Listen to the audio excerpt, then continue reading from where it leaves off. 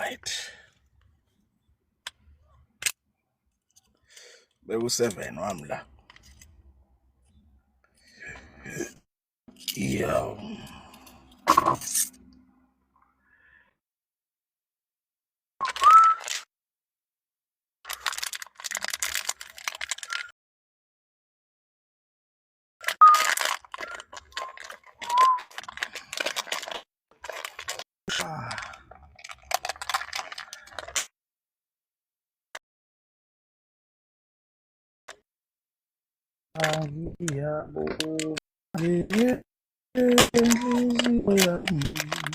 Yebo baba ngiyazwa.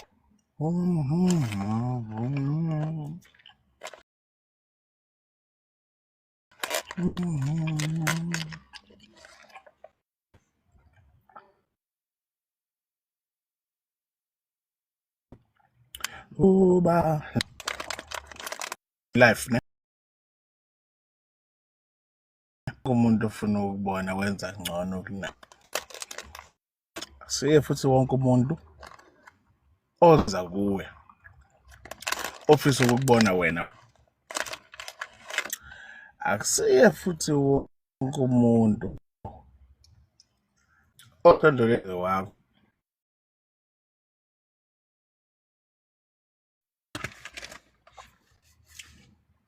Awuba uthengwa, uthengeka. Nekunenhlamba ento yakho. Mawuthenga, uthengeka, uthengelwa umuntu oseduze nawe. So letha le information, ulethe le information. Wathola abantu abanjengathi. Sizokunika le ocabanga ukuthi uyayifuna. Sicuphile nabangani bakho. Sifuna nithi.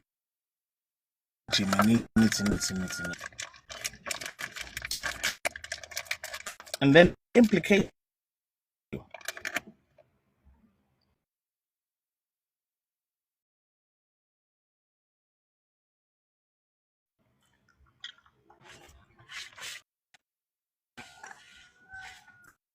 Angisho isifile because ngizona ngokuthi intention did this. So you intentionally. Ngisho noma ungathini ngiyishintshe bese ngithi mina if I put it to you when you did this, so you were intentionally thinking of whatever angle ngizolokhu ngibuyele in the same fucking thing. See? Up until you actually, yes, there was intention. So if there's intent proves motive. Oh, you had a motive to destroy.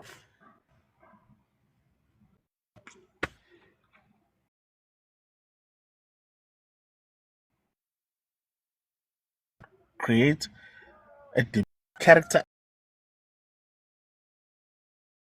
assassination. And what they really want is ukuthi kube ngathi wena uyisigebengu somuntu, wena umuntu ongathembakali. Lento wena oyenzayo, it's another form of ukuthakatha. Why would witches go that far? Ake sicabange nini manje? Asicabange nje njengabantu aba. Yebo ninjani? Yebo siyaphila sakazi. Yeah. Unezinto ekumele sizibuke sizicabange. Why would a witch go so far as trying to degrade or talk ill or speak ill of omunye umuntu? Ayingeke nje, that's just another form of witchcraft. Ayingeke nje, hayi ini. Kodwa masibuza ngomsamo. Hayi. Phela kamsamo, emsamo, ikanqingetshe. Ikanqingetshe emsamo. Umthetho umile mfana, ilotshiwe. Ayijiki uma inje. Emsamo ke loyo. Ikanqingetshe. Ngobani? Kunemthetho. Kunobulawo Ublawu, listen to this. Listen to this. IsiZulu engisikhulumayo. IsiZulu asitolikwa. Ublawu buyelawula. Yayizwa ngisho? Ublawu buyelawula. Angizwa ngithini? Hayi isilawu. That's a different conversation. Ublawu buyelawula. Ekulawuleni ngumlawuli. Hey, asisiZulu. Let's speak about that in a spiritual sense. Listen. If you can't listen to me, buze msamo wakho ngiyenwa kini mina. Futhi angeke ngincenge mina. I don't give a fuck. Buza bakini. Bantu bakini. Ublawu buyelawula ngomlawuli. If you understand what I've just told you now, I've just explained to you a specific way of healing. I've just explained it to you. Then we go wisimo somsamo, sikhulume lapha nomsamo. Ukuze ube umnumzane, kunento ethize kumele uyenze.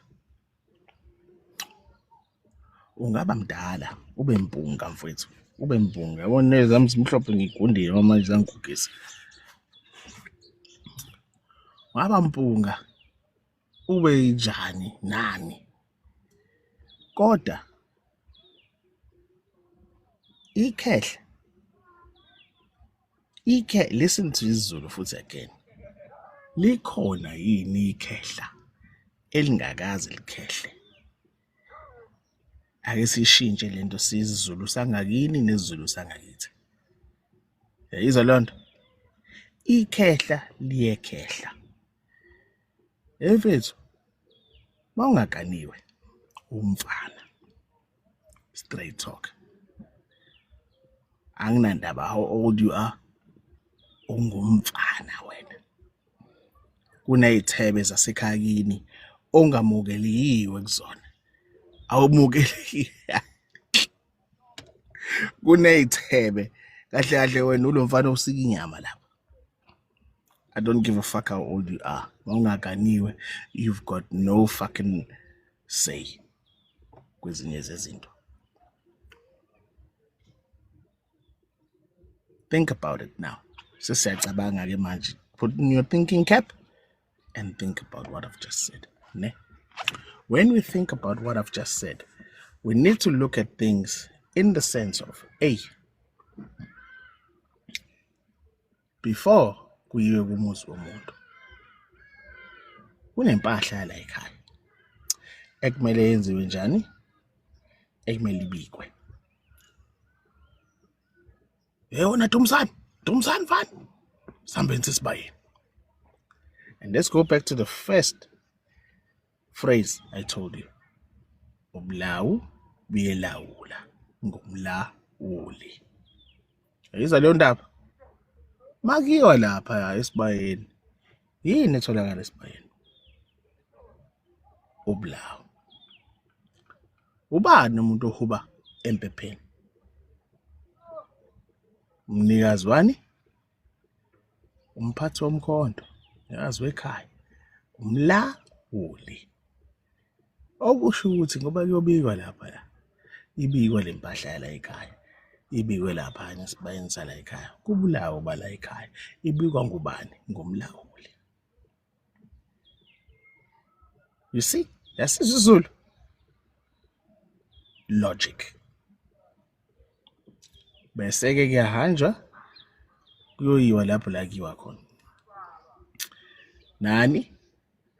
Nempahla yakulelo khaya. That is why mabeka ngale bele imukelwe. Ngoba nabo mabeyimukela kunomthetho wakulo khaya. Akulelo khaya emele imukelwe ngayo. Mayimukelwa ebese iyabikwa kuphi? Kwabakhona. Uma izomukelwa futhi nasesibayeni itholele igumbi lazo lezi zinto. Think. Mina, I'll always make you think. Don't give a fuck mina indaba zomhondororo naney'gubhuzeni. Angiyisabi zonke lezo zinto iy'ngquza zonyoko lezo. Straight talk. If usahlula umsamo wakho, kunezinto ongeke uzuyilapha mfethu. Uyakwazi nawe lokho. Uma usahlula umsamo, kunezinto ongeke uzuyilapha mfethu. Ake siyibeke ngqo. Kunemimoya ongeke usoze wahuba nayo. Ngisho usuthanda. Awunanku ingozi yemoto. Ingozi yemoto, sunuka nyoko. Ula. Mdidwenja. Again. Izinto ezibhekene nokujula kwesibaya sakini. Sidinga abantu basesibayeni sakini. Full stop. Hayi ukuthi wena usuzoba yimi. Hayi ukuthi mina sengizoba uwe. Unehubo lakho baba. Nami nginehubo lami. Nomfowethu unehubo lakhe, nodadewethu unehubo lakhe. Wake up. People try to destiny swap because they think ukuthi you guys ninjani, you are accessible. Bambe nibuka benijaja ngamehlo enyama babone ukuthi hayi ayikhona ikanje le ndaba. But let me tell you something, my friend. Mabefuna ukuyenza the destiny swapping ritual, the first thing they do is they isolate you from your family. Ne? They isolate you from your family. They isolate you from your friends. They buy these people. Babathembise amandla akho. They buy these people. Babathembise impumelelo ngokufa kwakho. Kuba namabhokisi abakhona. So a coffin. In this coffin, kuney'khongwane. Ziyisikhombisa ley'khongwane. 7 of them. Right? 3 on this side, 3 on this side, 1 on where the head is supposed to be. Make sense? Babezifaka lezi khongwane, lezi zingquza lezi. Bayifaka neyihlabathi ethizeni zasemalibeni. Abanye baze bahambe baye khona ebilibeni straight. Kumgodi othize bakubize khona. You see? Now I'm telling you what these fuckers do. When they do this shit, they go and they grab sand from the graveyard. And then they'll fucking play with the shit with your image. Zombezeno. They go for your social media. Banibheke lapha ku social media, banibheke kwini nani, and all of that. Because they are seeking information. They go for your friends, they go for your what, they try to change passwords and hoping what they can crack the code. If you've got a business, they'll go doing mama inquiries under your business. That one is easy again. Go to your bank or go to a specific outsourced company, get a private investigator, they will do that. Some private investigators work for free. Just like some lawyers. Some lawyers are state lawyers. Mawuthi unenkinga lapha enkantolo nani. Lezi zinja lezi mawuthi kunezinto abangazange bayipresent and bazama ukuthi ba-create into against you. Report this motherfucker. They are boards for a reason. For behavioral issues, for intentional behavior. Yangizwa sengithini mina. Mina ngiyena wakini mina mfethu. Angifuni ukuba wakini. Angisobe ngabe umuntu wakini. Tshela iqiniso, whether you like it or not, I don't care. Anginandaba. Mina into engiyenzayo eyakithi. And no one will tell me ukuthi ngiyenze kanjani into yakithi. Akekho ozongitshela. Ukuthi kubuhlungu, hey baba, anginandaba. What I'm teaching you is ukuthi naka indaba zakho. Naka into ebhekene nawe. Izithi uhlezi unazo. Kunabantu mabekubuka bafisa ukuthi ube wena. Kunabantu mabekubuka ubacasula ngoba uyilento bona bathi bayiyona. Abanye abantu bacasula ngoba lento oyikhulumayo abayazi. Abanye lento oyikhulumayo abakhona ukurelate kuyona ngoba inkulumo engenhla kunabo. Abantu abaningi bathakathile bafethu. Baningi abantu abathakathile bafethu. Ngizwa ngithini? And ngoba bethakathile labantu bayazi banamacala emsamo. Bayazi mfethu ukuthi kuneminyango abangawazi ukuqonqoza kuyona. Yabo mina ngisalinda ozongiphaphela. Bona ngizombuza ukuthi ngiyabona ngathi unesitolo mfana. Ngiyabona ngathi unento yenhlanhla mfana. Uyikhipha kanjani into yenhlanhla ungenawo umsamo? Ngicela usichazele. Usebenza ngento. Uthi lento le umkhulu wakho. Kodwa uthi nezinto zenhlanhla. Unqonqoza kanjani imsamo umkhulu wakho? Engekho emsamo. Awuhlale niyicabange leyo nto. Think. Yabona nginamasimba kanjani? So push me. Mina zobavula abantu amehlo. Push me. Ngiyahalela I'm waiting. Ngeke ungitshele ngenhlanhla mina mfethu.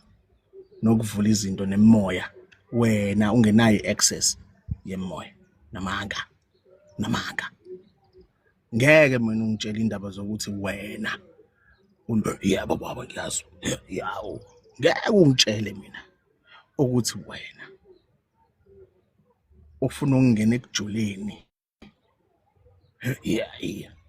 Yemoya. Kodwa wena ekhaya kini awunalo ilungelo lokuqonqoza. Imhlolo esibonayo namhlanje abantu abayithinta impepho emakubo. Bafika emzini yabantu bafuna ukuyohuba ebusami. Ikolelo kanyoko lelo mfana wami yazo. Isixaphe esigcununuke leso mfana. Yebafethu inhlamba leyo. Ayikho inja yakomunye umuzi eyosuka kubi izolawula la. Ungafa. Ngeke uzukubone lokho. Ayikho inja yakomunye umuzi esuka la isuka khona. Icabanga ukuthi izokhuluma namathongo ethi amathongo ethi azo yebo baba sicela ingane yethu fuseke msulu ingane yofuseke. Uthola umuntu njengami nokutshela mina fuck off. Mayifele akithi mfana ngiyoyifela. No one will fucking tell me. Masimba ke lawo. See what I mean? Bakini mfethu ngeke bakunike into ongeke ukwazi ukuyimela. Yeka uhalela izinto zabantu. Muthi ukufuna izinto zakho eminye imisi.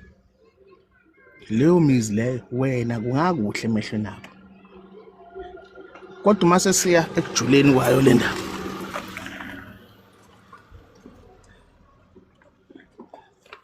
Uma sesiya ekujuleni kwayo le ndaba. Kuzoba khona izinto eziyoba khona. Eziyoba isiphazamiso. I'm telling you. Yabo. Kunezinto eziyovela. Eziyophazamisa ngisho nawe nabakini. Abakini mfethu ngeke bakunike into bengeke baze bakubheke. You don't owe anyone an explanation. Ne? Ukuthi mina ngik-understand ukuthi wena uyisimo esikanjani ngingenaphi. Ukuthi masihlangene hey wena hey fuck off man hey fuck off. The secret society is very scared of umuntu ohamba kumsamo. Ake nginitsheleke mina. Bafuna ukunithwebula nje ngoba bayazi ukuthi nina amandla ngaphezulu kwabo. Bazi ukuthi nina nikwazi ukuthinta izinto bona banga. Okay, let's put it in plain English. The reason why they're trying to destiny swap is because they are hoping that they can engage in conversations with those entities that you are able to tap into. That's the reason, my friend. That's the reason why zonke lezi zinto zenziwa mfanakithi. They do that because they don't have access to imsamo yabo. And they're hoping to have access to imsamo yabanye abantu. Especially nina that have a lineage, of course. Akekho mfethu umfokazane oyokhuluma namakhosi igolo lelo. They know it. They're just shooting nje in the dark. They know. Bayakwazi lokho. That is why mase bekubonile ukuthi uhamba ngendlela abangayi-understand. Into yokuqala abazoyizama, they'll try ukuthi bakwenze and paint you in a bad picture, bad light. They'll try and say, hayi wena into ekhuluma nje. Hayi wena nani. Bro, I've got 4,000 videos on the net. Not even one person has fucking stitched. As mina uma nginamanga, stitch one video. Uma nginamanga. And ngizokuphendula. Ngizokuphendula mkhulu. And I'll tear you deep into you because I can do it. Mina ngilalela umoya. Make wathi nje hayi mkhulu, hawu sijampile mshanami. Gijima nawe ngendlela ongazoyibona. Sijampile. Make wathi nje yebo kunje hawu sengikunqakile. Ngomoya. See what I mean? But many won't understand that because bayenzile izinto bafethu. We know what you've done things. Hayi mina ukulu bengazi, hey fuck you man. Ngeke uthathe into obumnyama ungazi. That's the first thing they tell you. Ukuthi lento ithathayo okufana kithi. Mele wazi ukuthi nemgomo nembandela. They fucking tell you. So don't come and lie here. Mina get fucking bored. Qala uzongitshela indaba. Hayi yaphetha mkhulu. We. Sengibhorekile wena, asafuna nokukhuluma nawe. Because you think you're clever. Guess what? We're all clever. All of us, we're clever. Qala nje hayi yaphetha mkhulu. Hayi yakutshala wena. In. Fuck you. You don't tell me ukuthi kuyabheda. Abakithi abazotshela mina ukuthi kuyabheda kule ngane. Abonake le ngane okhuluma nayo manje. Kanje. Bakithi. Just like how if I'm speaking to you, abakini kumele bakutshele ukuthi mina ngiyini. They must tell you, well, what am I? They must tell you ukuthi don't push this button, push that button. They must tell you that. I mean, how many times? Hey, mkhulu, nami nginalento nayo. Yini enginayo? Qala inkathazo. Lento nayo kodwa kusalayo. Yini leyo? Hayi, ungakunakona mkhulu, kodwa lento nayo. Yini enginayo? Awungichazele nami ngifuna ukwazi. What am I teaching you again? Accountability, bro. Accountability. Know your story. Know who you are. Know where you come from. Most importantly, understand how far you can go. You'll always hear me talking about umsamo. You'll always hear me talking about isibaya. You'll always hear me talking about abanikazi bekhaya. Because I'm still talking about umsamo. Think. You'll always hear me talking about imoya yakini. I'm still talking about umsamo. You'll always hear me talking about embracing a new person into isibaya sakini. I'm still talking about umsamo. I'm always talking about umuntu umoya mawuphuma kwidokodo lomzimba uya kuphi. I am still talking about umsamo. I'll always talk about umlawuli. I'll always talk about abaphathi bomkhonto. I'll always talk about abanikazi bekhaya. I am still talking about umsamo. It's still the topic of umsamo. Umsami indaba engapheli. We can fucking talk about Umsam the whole year